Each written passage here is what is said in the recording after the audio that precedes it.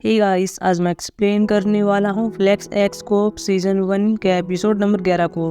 अगर आपने पिछले एपिसोड नहीं देखे हैं तो लिंक आपको डिस्क्रिप्शन में मिल जाएगा। एपिसोड की शुरुआत में सोयोंगवूक को देखते हैं जिसके पीछे आदमी पड़े हुए थे। सोयोंगवूक दौड़ते हुए एक बिल्डिंग में आता है, लेकिन ये सभी आदमी इसको यहाँ पर घेर लेते हैं। सोयोंगवूक इनको पास आने के लिए कह रहा था और साथ में कहता है कि मैं बोरी के पास कॉल करूँगा, लेकिन एक आदमी इसको लात मारता है और ये नीचे गिर जाता है और इसकी डेथ हो जाती है। दूसरी ओर गंगविन भी इसका वेट कर रही होती है, बार बार इसके पास कॉल कर रही होती है, लेकिन कोई फायदा नहीं होता। गंगविन के पास बाद में जुनयिंग का कॉल आता है और कह रहा था कि हाँ, नदी में एक डेड बॉडी मिली है। गंगविन कहती है कि मैं आ रही हूँ। अगले सीन में गंगविन बॉडी के पास आती है, इसको चेक करती है और आईडी कार्ड को देख रही होती है। इस आदमी का नाम डोंगसू होता है, लेकिन तभी गंगविन यहाँ पर यह देखती है कि डोंगसू की बॉडी पर एक टैटू होता है। गंगविन बाद में हमको 1 साल पहले ले जाती है, जहाँ अपने पिता के पास आती है और इसके लिए खाना लाई थी। ह्यूंजन अपने केस पर काम कर रहा था जो कि सुसाइड का मामला था। गंगविन भी अपने इस केस को देखती है। इनके ऊपर वही टैटू होते हैं जो कि भी गंगविन ने डोंगसू की बॉडी पर देखा था। लेकिन अगले सीन में हम यहाँ पर यह देखते हैं कि ह्यूंजन पर रिश्वतखोरी का आरोप लगा जाता है और उसको ऐसे ले जा रहे होते हैं। गंगविन भी अपने पिता को जाते हुए देखती है। रियलिटी में गंगविन के पास जुनयिंग आता है और कह रहा था कि क्या हुआ है, क्या डोंगसू डूबने से मरा है। यहाँ पर गंगविन हाँ भरती है और बाद में कहती है कि मैंने इसकी बॉडी पर टैटू देखा है जो कि ओरियन कमेटी का है। जुनयिंग भी यह नाम सुनकर शांत हो जाता है। अगले सीन में गंगविन को देखते हैं, साथ में जुनयिंग होता है। दोनों डोंगसू फैमिली के पास आते हैं और डोंगसू के बारे में बताते हैं। यहाँ पर डोंगसू की माँ कह रही होती है कि वह बहुत ही अच्छा लड़का था, लेकिन पिछले साल वो बदल गया था। उसने एक मेडिटेशन सेंटर ज्वाइन कर लिया था। लेकिन डोंगसू की बहन कहती है कि वह कोई सेंटर नहीं है, वह एक झूठा धर्म है। मुझे उसके बारे में पता है, मैं वहाँ पर गई थी। वे छात्रों को फुसलाते हैं और उनको ज्वाइन करवा लेते हैं। गंगविन बाद में इनको यह बताती है कि डोंगसू की मृत्यु डूबने से हुई है, लेकिन यहाँ पर डोंगसू की बहन कहती कि ऐसा नहीं हो सकता, ये इम्पॉसिबल है। मेरा भाई स्विमिंग में बहुत अच्छा था, उसने 4 बार हान नदी को पार किया है, मुझे नहीं लगता कि ऐसा है। गंगविन कहती कि ठीक है, क्या आप उसकी ऑटोप्सी चाहते हैं। हालांकि डोंगसू की माँ मना करती है, लेकिन डोंगसू की बहन इसके लिए हाँ कहती है। अगले सीन में यीशु को देखते हैं जो कि स्मृति स्थल पर आया हुआ था और अपनी माँ से बात करता है और कहता है कि मुझे माफ़ कर देना, मुझे नहीं पता था कि आपका जीवन कितना कठिन है। मैं इसका पता लगाना चाहता था कि आपने मुझे क्यों छोड़ दिया, लेकिन मैं रुकना चाहता हूँ। आपने मुझे जो यीशु नाम दिया है, मैं यह चीज़ तय करूँगा कि मैं दुनिया के लिए हेल्पर हूँ। अगले सीन में बेयोंसी को देखते हैं, साथ में इसकी टीम होती है। ये सोयोंगवूक की बॉडी को देख रहे थे। बेयोंसी अब इसका फ़ोन लेता है और बाद में देखता है कि इसके पास गंगविन का कॉल आया हुआ था। बाद में गंगविन को पुलिस स्टेशन बुलाया जाता है। चांगविन अपनी से कहता है कि क्या तुमने सोयोंगवूक से बात की थी, तुम क्या करने की प्लानिंग बना रही थी। गंगविन कहती है कि हुआ क्या है। यहाँ पर बेयोंसी कहता है कि उसने आत्महत्या कर ली है। बाद में यहाँ पर चीफ वांगसू आता है और कह रहा था कि यह किस बारे में है। यहाँ पर इसको बताया जाता है कि सोयोंगवूक की डेथ हो गई है, लेकिन उसके फ़ोन पर आखिरी कॉल गंगविन का आया था। चीफ बाद में से पूछता है कि ये सब क्या है, क्या तुम मुझसे बात करने वाली थी, क्या तुम कोई प्लानिंग करने वाली थी। लेकिन यहाँ पर गंगविन कहती है कि पहले मुझे यह बताइए कि आप यहाँ पर कैसे आए हैं। आपको सोयोंगवूक के बारे में पहले से ही पता था कि उसकी डेथ हो गई है, यह बात किसने आपको बताई है। चीफ यहाँ पर इसे कहता है कि तुम्हारा इसे कोई लेना देना नहीं है। चीफ यहाँ पर केस के बारे में पूछ रहा था। बेयोंसी यहाँ पर कह रहा था कि सोयोंगवूक ने आत्महत्या कर ली है और हमें एक सुसाइड नोट मिला है। चीफ कहता है ठीक है, मामले को ख़त्म करो। लेकिन गंगविन कहती कि ऐसा नहीं है, यह आत्महत्या नहीं है। उसने मेरे पास कॉल किया था, वह सब कुछ रिवील करने वाला था जो कि ओरियन कमेटी के बारे में है, तभी उसने मुझे बुलाया था। लेकिन आपको रिपोर्ट किसने दी थी। चीफ यहाँ पर इससे कहता है कि तुम आज से प्रोबेशन में हो और 1 वीक तक अपनी शक्ल मत दिखाना। बाद में गंगविन चली जाती है। चीफ साथ में बेयोंसी से कह रहा था कि तुम्हें जो कुछ भी मिला है वह इसको मत दिखाना। गंगविन यहाँ पर बाहर होती है, यीशु इसको देख लेता है और कह रहा था क्या हुआ है, क्या कोई प्रॉब्लम है, लेकिन ये नहीं बताती और कहती है कि मैं बाद में बात करूंगी। तभी पास से बेयोंसी जा रहा था, ये इसके पीछे आती है और बाद में ये दोनों ऊपर आ गए थे। ये बेयोंसी से कहती है कि मुझे सोयोंगवूक का सुसाइड नोट देखना है, पहले मना कर देता है। बाद में गंगविन कहती है कि मेरा तुम परेशान है। बेयोंसी बाद में इसकी बात मानता है और गंगविन सुसाइड नोट की फोटो ले लेती है। अगले सीन में गंगविन जुनयिंग से बात कर रही होती है और ईश्वर इनको देख रहा था और यहाँ पर क्योंजी से कह रहा था कि इनके बीच क्या चल रहा है, ये किस बारे में बात कर रहे हैं, हमें भी केस के बारे में पता होना चाहिए। क्योंजी ने यहाँ पर कहता है कि मुझे नहीं पता है, यह बहुत ही कॉम्प्लिकेटेड है। जुनयिंग बाद में अंदर आता है और ये पूछ रहे थे क्या हुआ है। जुनयिंग यहाँ पर कह रहा था कि गंगविन प्रोबेशन के अंडर है। ये पूछते हैं कि हुआ क्या है। जुनयिंग कह देता है कि एक प्राइवेट मैटर है। अगले सीन में गंगविन को देखते हैं जो कि बाहर गाड़ी में बैठी हुई थी और सुसाइड नोट को पढ़ रही होती है। साथ में एक एड्रेस भी होता है जो कि शंभू की पत्नी का होता है। ये ऐसे जारी होती है। यीशु बाहर आता है और इसको जाते हुए दिख रहा था। यीशु बाद में चीफ के पास आता है और पूछ रहा था कि गंभीर प्रोबेशन के अंदर है, क्या हुआ है। यहाँ पर चीफ कह रहा था कि इसके पिता ने पहले रिश्वत ले ली थी। ये दोनों हमारी ऑर्गेनाइजेशन को अपमानित कर रहे हैं।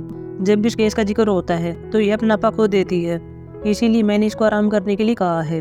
अगले सीन में गंभीर को देखते हैं जो कि पहली जगह पर आती है जहाँ पर शंभू की डेथ हुई थी और बाद में शंभू की पत्नी के पास आती है और बताती है कि क्या हुआ है। यहाँ पर शंभू की पत्नी कहती है कि मुझे नहीं पता कि उसने आत्महत्या क्यों की है, लेकिन यहाँ पर गंभीर कहती कि ऐसा नहीं है, उसने आत्महत्या नहीं की है, हम दोनों मिलने वाले थे, वह सब कुछ रिवील करने वाला था। क्या शंभू ने तुम्हें कुछ बताने के लिए कहा था? लेकिन ये मना कर देती है। गंभीर बाद में ऑटोप्सी करवाने के लिए कहती है, लेकिन ये मना करती है और कहती है कि मुझे पता कि तुम हिमजुन की बेटी हो, तुम पहले भी मेरे पति के पास कॉल किया करती थी और परेशान किया करती थी, मैं तुम पर विश्वास कैसे करूं। अगले दिन में गंभीर अपने घर पर आती है और अपने पेरेंट्स से कहती है कि मैं आराम करना चाहती हूँ, मैं एक टेम्पल में जाने वाली हूँ, वहाँ पर एक मेडिटेशन प्रोग्राम होने वाला है। मिशु कहती है कि हम साथ में चलेंगे, लेकिन ये मना कर देती है और अगली बार साथ में जाने के लिए कहती है। गंभीर बाद अपने रूम में आती है और अपने पिता के सामान को देख रही होती है और यहाँ पर कैसी कुछ फाइलें होती हैं जिनको पहले हिमजुन सोल्व कर रहा था, जो कि ओरियन कमेटी के मेडिटेशन सेंटर के बारे में होती है, जिसमें हम यह देखते हैं कि 3 लोगों ने जहर खा लिया था और सुसाइड कर लिया था और सुसाइड लेटर में लिखा हुआ था कि हमें पता कि पेनफुल है, हमारे पास और कोई चॉइस नहीं है, इसलिए हमारी ऑटोप्सी न करें। लेकिन बाद में हिमजुन ने देखा था कि इनकी बॉडी पर वही टैटू है जो कि मेडिटेशन सेंटर का सिंबल है। हालांकि ये थी तो आत्महत्या, लेकिन इस सेंटर ने इन लोगों को आत्महत्या करने के लिए प्रेरित किया। अगले सीन में मिशु को देखते हैं जो कि अपने घर पर होता है और यह भी ओरियन कमेटी के बारे में और साथ ही मेडिटेशन सेंटर के बारे में जांच कर रहा था। और यहाँ पर कुछ वीडियो देखता है जहाँ पर हम हिमजुन को देखते हैं जो कि केस के बारे में बात कर रहा था कि कैसे 3 लड़कों ने जहर पी लिया था, उनकी डेथ हो गई थी, लेकिन इस कमेटी ने और साथ में सेंटर ने इनको ऐसा करने के लिए प्रेरित किया है, हमें इनके खिलाफ सर्च वारंट चाहिए। लेकिन तभी हम देखते हैं कि यहाँ पर चीफ आता है और रिश्वत लेने के आरोप में इसको ले जाते हैं। यीशु बाद में जंगून के पास कॉल करता है और ओरियन कमेटी का पता लगाने के लिए कह रहा था। जंगून के साथ यहाँ पर म्यूचुअल होता है और कह रहा था कि यीशु कैसा कर रहा है। जंगून कह रहा था कि वह घर वापस आ गया है। म्यूचुअल यहाँ पर इसे कहता है कि मेरे पिता मुझ पर बहुत ज्यादा कठोर थे, मैं मुझे अच्छा पिता बनना चाहता था, लेकिन मैं ऐसा नहीं कर पाया, तो यीशु को संभाल रहे हो। जंगून यहाँ पर कहता है चिंता मत कीजिए, आपको भी उससे बात करने का मौका मिलेगा, अभी वो अच्छा कर रहा है, पुलिस की उसको आदत हो गई है, उसके वहाँ पर अच्छे दोस्त भी हैं। अगले इसमें गंभीर को देखते हैं जो कि अकेली होती है। इसके पास ये यीशु आता है और कह रहा था कि तुम्हारे मन में कुछ तो चल रहा है, इसीलिए तुम यहाँ पर हो। गंभीर यहाँ पर यीशु से कहती है कि क्या तुम पूछोगे नहीं कि क्या चल रहा है। यीशु कहता है कि मैंने चीफ से सुना है, मैं तुम्हारी हेल्प करूंगा। गंभीर कहती है तुम ऐसा क्यों करोगे। यीशु कह रहा था कि तुम्हें अपने पिता पर भरोसा है और मुझे तुम पर है। गंभीर कहती कि हाँ, मुझे मेरे पिता पर भरोसा है, मुझे पता कि उन्होंने ओरियन कमेटी के लिए जाल बिछा हुआ था। मैं 1 साल से वहाँ के मैनेजर शंभू को मनाने की कोशिश कर रही हूँ और उसने अचानक से कह दिया था कि वह सब कुछ रिवील कर देगा, इसलिए मैं उससे मिलने वाली थी, लेकिन उसको मार दिया गया। यीशु बाद में कहता है कि तुम क्या करने वाली हो। गंभीर कहती कि मैं आराम करना चाहती हूँ, मैं यहाँ से चली जाऊँगी। यीशु कहता है कि मेरे पास एक विला है, तुम वहाँ पर आ सकती हो, लेकिन ये मना कर देती है। यीशु कहता है ठीक है, जब भी तुम्हारा माइंड चेंज हो जाए तो मुझे कॉल कर लेना। अगले दिन बेहोशी को देखते हैं जो कि चांगन के पास आता है और कह रहा था कि मैं केस की और भी जांच करना चाहता हूँ ताकि पिछली बार की तरह कोई गलती न हो जाए। चांगन भी कहता कि ठीक है। अगले इसमें किसी को दिखाया जाता है, साथ में इसका बॉस होता है, इसका नाम जोसेफ होता है, जो कि कह रहा था कि क्या तुमने यीशु की माँ के बारे में आर्टिकल तैयार कर लिया है। लेकिन केशु कहता है कि मैं ऐसा नहीं करूँगा, मैं कोई घटिया रिपोर्टर नहीं हूँ और आपको भी जोंगताई से दूर रहना चाहिए, उसके बारे में अफवाहें हैं। बाद में केशु बाहर आता है और यहाँ पर एक लड़की सीट पर नहीं होती और बाद में अपने कलीग से पूछता है कि जोंग योन कहाँ पर है। एक आदमी कहता है कि वो कई दिनों से नहीं आ रही है, वो किसी केस पर काम कर रही है। बाद में केशु जोंग योन के पास कॉल करता है, लेकिन कोई रिप्लाई नहीं आता। अगले इसमें गंभीर को देखते हैं जो कि अपने घर पर होती है और इसने अपनी तैयारी कर ली थी, अपने पेरेंट्स को बाय कहती है और बाद में चली जाती है। अगले इसमें यीशु को देखते हैं जो कि पुलिस स्टेशन में आता है। जुनिंग कहीं पर जा रहा होता है। यीशु कहता है कि तुम कहाँ पर जा रहे हो। जुनिंग यहाँ पर कह रहा था कि मैं ऑटोप्सी के लिए जा रहा हूँ। यीशु कहते हैं मैं भी चलता हूँ, लेकिन ये मना कर देता है। यीशु बाद में कहता है कि क्या तुम्हें अभी तक समझ में नहीं आया है कि मैं इन्वेस्टिगेशन का मास्टर की हूँ। बाद में यहाँ पर जीवन के पास आते हैं। जीवन यहाँ पर जुनिंग को स्माइल कर रही होती है। यीशु नोटिस करता है और कह रहा था कि क्या यह भी पॉपुलर है। जीवन बाद में इनको यहाँ पर यह बताती है कि डोंसू की डेथ पानी में डूबने से नहीं हुई है, इसको पहले बाहर मारा गया था और बाद में पानी के अंदर डाल दिया गया। यीशु बाद में सैमुअल को देखता है और कह रहा था कि यह तो ओरियन कमेटी का है। जुनीन यहाँ पर इससे पूछता है कि यह तुम इसको जानते हो? यीशु यहाँ पर कहता है कि हाँ मैं जानता हूँ, तुम तो मुझे कुछ बताते नहीं हो, तो इसलिए मुझे खुद ही पता लगाना पड़ा। बाद में अगले सीन में दोनों गाड़ी में होते हैं। यीशु यहाँ पर यह बता रहा था कि मैं क्या क्या जानता हूँ, कैसे इस केस को पहले गगन के पिता देख रहे थे, लेकिन उस पर रिश्वत लेने का आरोप लगा दिया गया। जुनीन यहाँ पर इसे कह रहा था कि यह केस और कैसे उतरा नहीं है। यीशु कहता है कि मैं जानता हूँ कि गगन के पिता का रिस्पेक्ट इस केस पर डिपेंड करता है, लेकिन तुम मेरी हेल्प करो या फिर मत करो, मैं इस केस को सोल्व कर लूंगा। अगले दिन बेहोशी को देखते हैं जो कि एक होटल में आता है और यहाँ पर कैमरा की वीडियो लेना चाहता है। ये मीरा इसको दे देती है, साथ में ही बताती है कि यहाँ पर पहले पुलिस महिला भी आई थी, उसने भी वीडियो ले लिए हैं। अगले दिन सभी पुलिस स्टेशन में होते हैं और यीशु को जानकारी देते हैं कि ओरियन कमेटी के 2 लोग मर गए हैं। स्योंगुक जो कि एक मैनेजर था जो कि कमेटी का था, और डोंगसू मेडिटेशन सेंटर का मैनेजर था। तभी यहाँ पर बेहोशी आता है और इनसे कह रहा था कि यह तुम डोंगसू केस की जांच कर रहे हो, उसकी डेथ कैसी हुई थी। यहाँ पर ही बता देते हैं कि उसकी डेथ डूबने से नहीं हुई है, ऐसा लग रहा है कि उसको कहीं और मारा गया है। यीशु बाद में बेहोशी से कहता है कि स्योंगुक की डेथ कैसी हुई है। पहले कुछ नहीं बोलता। जुनिंग बाद में कह रहा था कि हमारी टीम में ही है, आप इसे बता सकते हैं। बाद में बताता है कि उसकी डेथ गिरने से हुई है, उसका एक सुसाइड नोट भी है। बाद में उस नोट को देख रहा था और ये तीनों वीडियो को देखते हैं कि कैसे लोग स्योंगुक का पीछा कर रहे थे। हालांकि इनको पहचाना कठिन है कि कौन है, लेकिन बाद में बेहोशी बता रहा था कि इस वीडियो को गंगू ने देख लिया है, क्या तुम जानते हो कि वो कहाँ पर है? यीशु नोट को देख रहा था और कह रहा था कि वह किसी टेम्पल में गई है। यीशु बाद में नोट को घुमा फिरा कर देख रहा होता है और बाद में चिल्लाता है और कह रहा था कि मैं जीनियस हूँ। बाद में इनको दिखाता है कि हुआ क्या है और इनको वह यह दिखाता है कि स्योंगुक यह चाहता है कि मेरी ऑटोप्सी होनी चाहिए। अगले सीन में जंगहुन को देखते हैं जो यीशु से मिलता है और कह रहा था कि मुझे ओरियन कमेटी बारे में पता चला है। वहाँ पर एक आदमी है जिसका नाम बोरी है, अगर आप उससे मिलना चाहते हैं तो आपको 100 मिलियन वोन देना होगा।